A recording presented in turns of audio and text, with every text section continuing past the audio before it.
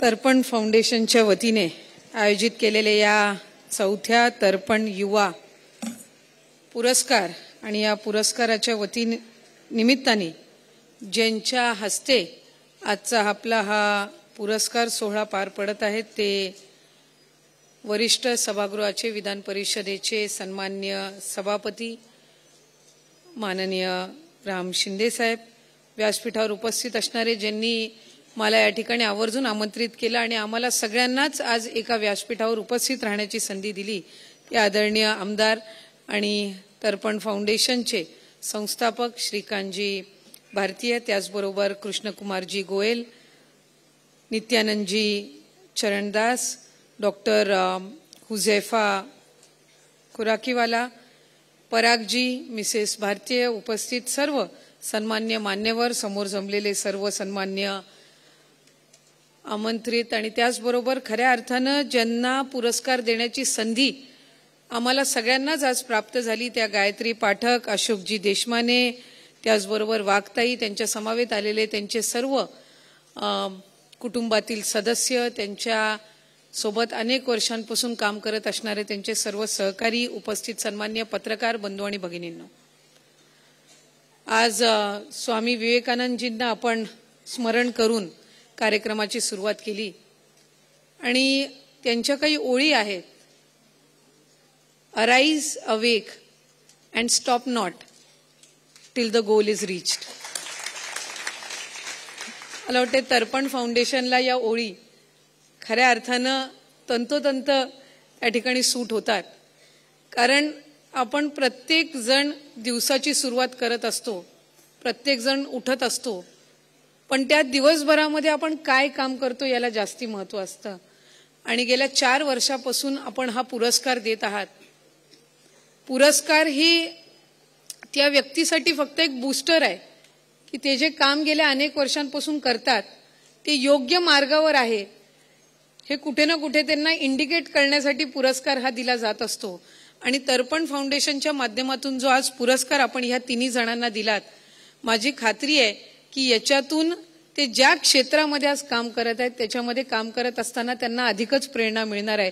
आणि त्याचं पहिलं उदाहरण ताई आपण त्या निमित्ताने या ठिकाणी ठेवलं. आम्हाला खऱ्या अर्थानं मनापासूनचा अभिमान आहे. मी मंत्री म्हणून काम करते, काम करत असताना विभाग म्हणून काम करत असताना माझ्या काही जबाबदाऱ्याच असतात. त्यामुळे आम्ही कुठेही काही कोणावर उपकार किंवा काही असं जगावेगळं काम करत नसतो. We have chosen that job and it is our prime duty to actually implement it and complete that job in every proper way possible. पण तुम्ही जे करत आहात ते आपल्या तुमच्या अनुभवातून, तुमच्या जीवनातून जे काही तुम्हाला अनुभव मिळालेले आहेत, तुम्ही स्वतः सुद्धा ज्या संघर्षातून गेलेला आहात, तुमच्या रोजच्या अडीअडचणी आहेत, त्या सगळ्या बाजूला ठेवून तुम्ही जीवनामध्ये काम करत आहात. त्या आमच्या सगळ्यांसाठी खूप प्रेरणादायी आहे आणि मी तुम्हाला सगळ्यांनाच खूप मनापासूनच्या शुभेच्छा देते. आणि आज तुम्हाला हा पुरस्कार मिळत आहे, पण तुमच्या सोबत गेल्या अनेक वर्षांपासून जे काम करत आहेत किंवा ज्यांच्या आयुष्यामध्ये तुम्ही सकारात्मक बदल घडवलेला आहे त्यांच्या चेहऱ्यावरचा आनंद आज खऱ्या अर्थानं बघण्यासारखा आहे. त्याच्यामुळे कुठे ना कुठेतरी व्यक्ती म्हणून आपल्याला काय मिळालं तर त्याचे एक उदाहरण आजचा हा कार्यक्रम निश्चितपणाने आहे. मी आमदार महोदयांना आणि त्यांच्या पत्नींचं सुद्धा काम गेल्या अनेक वर्षांपासून बघत आलेली आहे. खासकर महिला व बालविकास विभागाची मंत्री झाल्यापासून अधिक माझा संवाद आपल्यासोबत झाला आणि अनाथ बालकांसाठी आपण केलेलं काम हे मी जवळून या गेल्या 1.5-2 वर्षाच्या कालावधीमध्ये अनुभवलेलं आहे. 2018 मध्ये आपण पहिला निर्णय घेतला. आदरणीय फडणवीस साहेब त्यावेळेला मुख्यमंत्री होते आणि अनाथांना 1% आरक्षण देण्याचा निर्णय झाला. मधल्या कालावधीमध्ये काही 3-4 वर्ष गेली, त्याच्यामध्ये काही पुढाकार किंवा काही पुढे हालचाली झाल्या नाहीत. पण 2023 मध्ये पुन्हा एकदा त्या सगळ्या जी प्रोसिजर आहे त्याला सुरुवात झाली आणि मला मनापासूनचा आनंद आहे की विभाग म्हणून मी जबाबदारी घेत असताना फडणवीस साहेब, आपण सगळी मंडळी असाल, आपण सगळे त्याचा पाठपुरावा करत होतात आणि आज 500 पेक्षा अधिक अनाथ मुलांना आपण शासकीय नोकऱ्यांमध्ये त्या ठिकाणी सहभागी करू शकलेलो आहोत. अनेक असे आमदार मोदी आपले सुद्धा स्टाफमध्ये काम करणारे आहेत जे अनाथ मुलं होती आणि त्यांना आपण आज हा शासकीय कामकाजामधला अनुभव देतात. त्यामुळे पुढच्या कालावधीमध्ये एका बाजूला 1% आरक्षण मधून अधिकाधिक अनाथ मुलांना मुख्य प्रवाहामध्ये आणणं, पण त्याचबरोबर पुढचं आपलं टार्गेट आहे की म्हाडासारख्या सदनिकांमध्ये रिझर्वेशन त्यांच्यासाठी मिळवून घेणं आणि या कार्यासाठी तुम्ही आणि मी आपण एकत्रितपणाने पुढच्या कालावधीमध्ये काम करूया. राज्याचे मुख्यमंत्री देवेंद्रजी फडणवीस साहेब यांचं तर विशेष लक्ष या उपक्रमावर नेहमी असतं. हे मी गेल्या 1.5-2 वर्षापासून अनुभवलेलं आहे.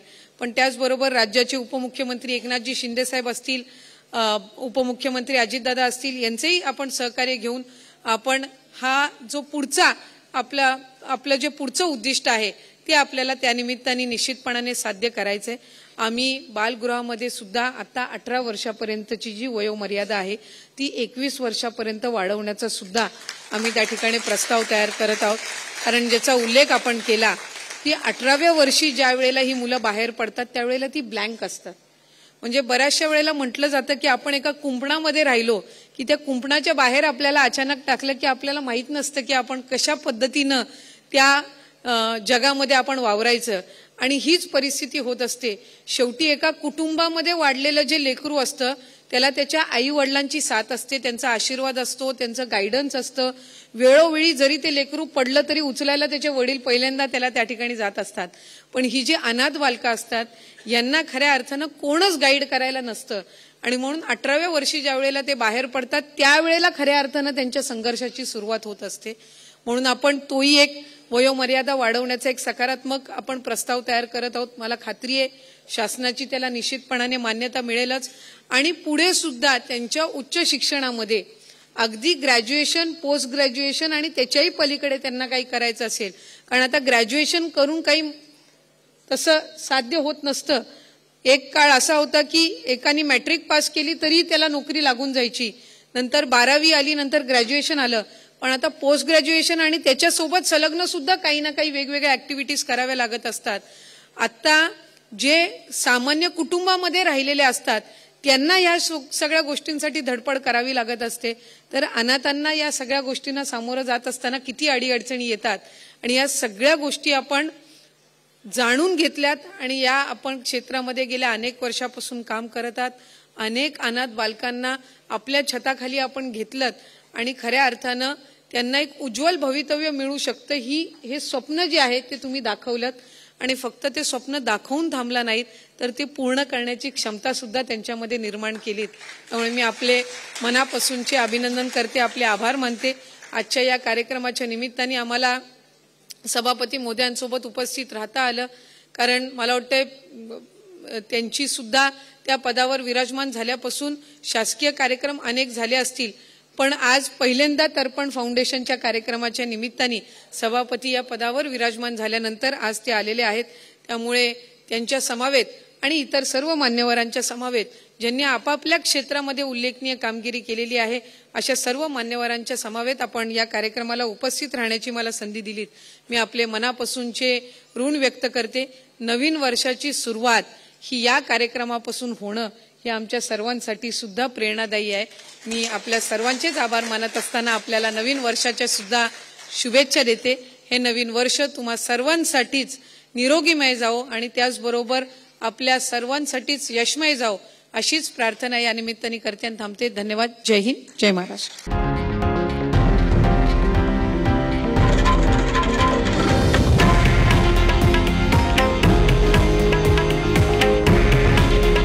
हे आहे देशातील नंबर 1 न्यूज नेटवर्क आणि आपण पाहत आहात TV9 मराठी. काळजी तुमची, हित महाराष्ट्राचं.